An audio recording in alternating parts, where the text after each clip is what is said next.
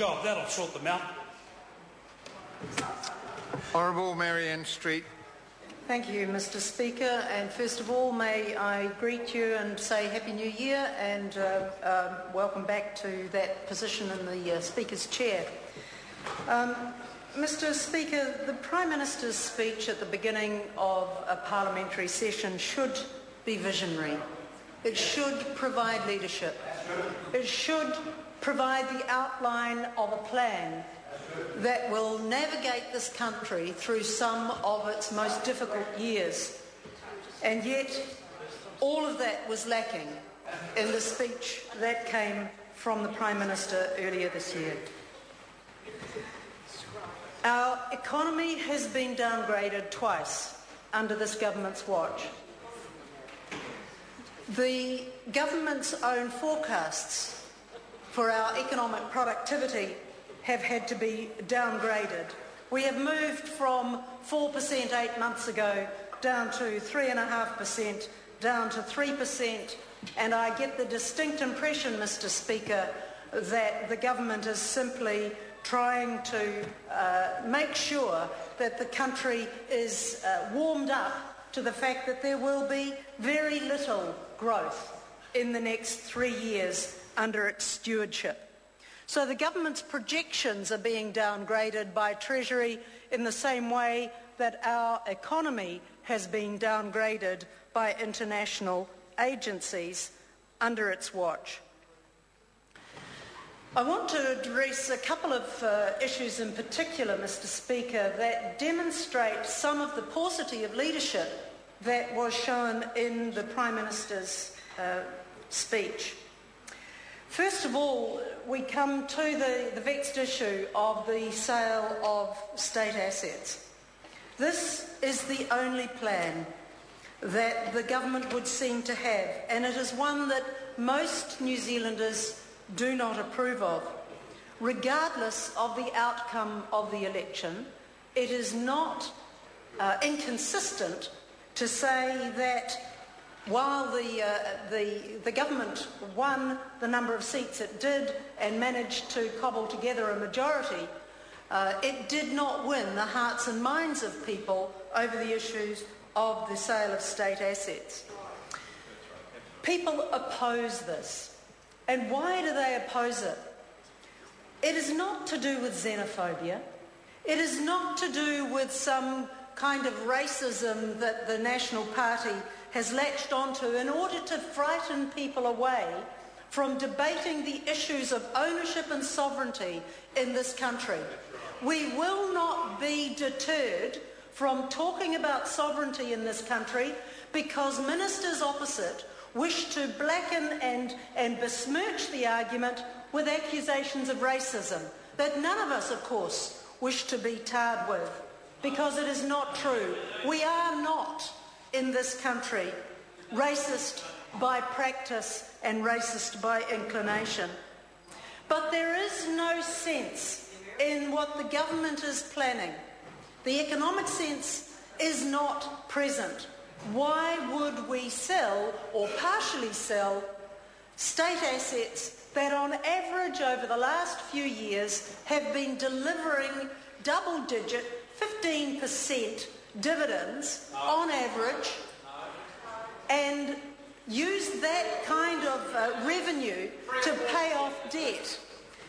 If we are going to pay debt that comes in at around about 4.5% on average, 4% generally for short-term loans and 6% for long-term loans, if we are going to sell assets that bring us dividends on average of 15% in order to offset debt that is costing us somewhere between 4 and 6%, there is no sense, there is no superior economic acumen applying here, and there is no plan for recovery in that proposition.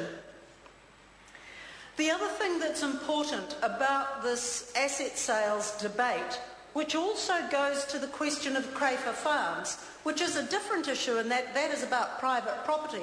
But let's have a look at what the underlying theme is that makes this a touchstone for New Zealanders. And the underlying point is around sovereignty, around ownership, around control of our own destiny, around owning our future.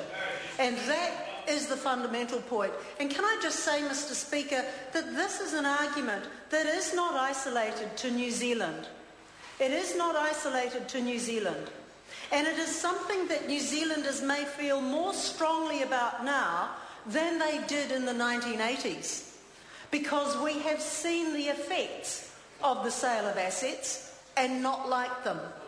We have also tuned in to an international conversation about the sale of national assets and the sale of land in particular that is occurring in Argentina, in Uruguay, in Brazil, in Hong Kong, in any number of places, clearly Australia as well, but any number of places around the world, as nations look to what they can retain control of in a world that is increasingly globalised.